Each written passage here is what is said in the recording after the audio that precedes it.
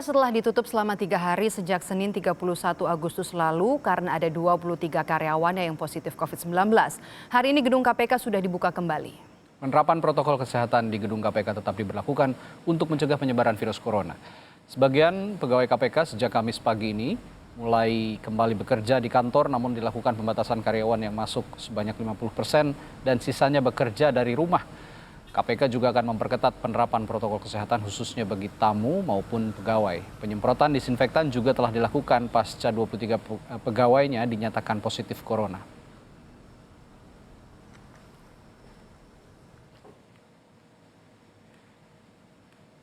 Sebelumnya untuk mencegah penyebaran COVID-19, gedung KPK ditutup selama 3 hari mulai Senin hingga Rabu kemarin. Penutupan gedung KPK dilakukan setelah 23 pegawai KPK terkonfirmasi positif COVID-19. Salah satunya pegawai KPK yang positif 19 adalah penyidik senior KPK Novel Baswedan dan menjalani isolasi mandiri di rumah.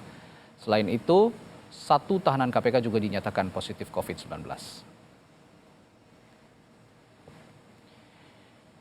Informasi lengkapnya kita tanyakan jurnalis Kompas TV Abel Insani yang saat ini berada di gedung KPK Jakarta. Abel, 3 hari pasca ditutup, kini bagaimana penerapan protokol kesehatan dan pemeriksaan kasus korupsi di KPK? Ya, baik Radi dan juga saudara, memang sempat ditutup selama 3 hari kemarin, yakni dari tanggal 31 Agustus hingga 2 September kemarin. Kini gedung KPK sudah dibuka kembali, namun juga memang dengan protokol kesehatan yang lebih diperketat. Dan untuk para pegawai dan juga tamu yang ingin masuk ke dalam gedung KPK ini harus terlebih dahulu mencuci tangan. Setelah mencuci tangan, mereka akan diperiksa yakni suhu tubuhnya, lalu mereka baru bisa masuk ke dalam gedung KPK. Dan tadi saya juga melihat ada beberapa hand sanitizer yang dipasang di beberapa titik di gedung KPK.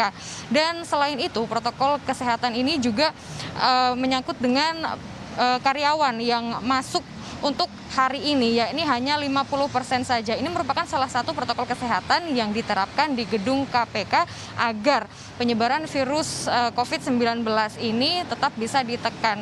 Radi, dan juga tentunya untuk pemeriksaan sendiri di gedung Merah Putih maupun di luar daerah ini tetap diberlakukan. Nah, untuk lebih lanjut atau lebih kita bisa mendengarkan pernyataan langsung dari PLT juru bicara KPK Ali Fikri.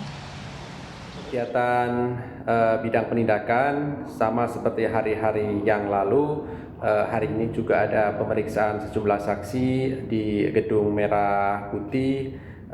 Tentu tetap dengan menggunakan protokol kesehatan mitigasi penyebaran virus COVID-19 ini. Sama ketika dengan pegawai yang masuk dengan pengecekan suhu dan lain-lainnya.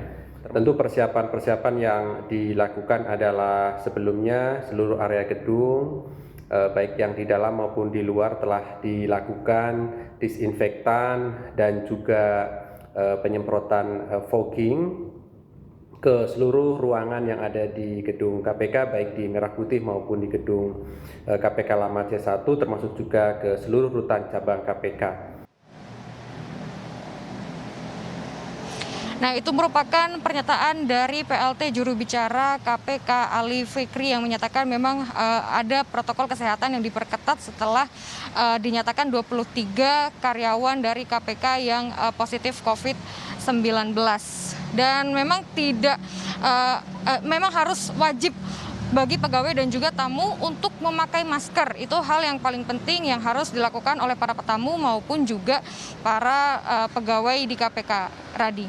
Ya, itu tadi soal kondisi terkini dari gedung KPK, lalu soal tracing atau penelusuran kepada karyawan yang kontak erat dengan 23 orang yang positif COVID-19 termasuk ada 1 tahanan, bagaimana, Abel?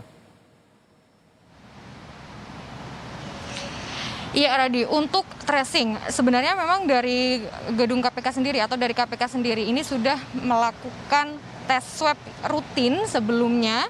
Namun setelah ditutupnya selama 3 hari gedung KPK ini belum ada tes swab kembali. Namun menurut juru bicara KPK Ali Fikri mengatakan bahwa sudah ada persiapan untuk dilakukannya tes swab baik untuk pegawai maupun tahanan. Namun Untuk jelas kapannya ini belum dikonfirmasi oleh juru bicara KPK Ali Fikri. Dan tentunya untuk para orang yang nantinya akan ditahan di KPK, ini juga harus melakukan isolasi mandiri terlebih dahulu selama 14 hari sebelum mereka ditahan. Begitu, Radi. Baik, terima kasih jurnalis Kompas TV Abel Insani melaporkan langsung dari Gedung KPK Jakarta.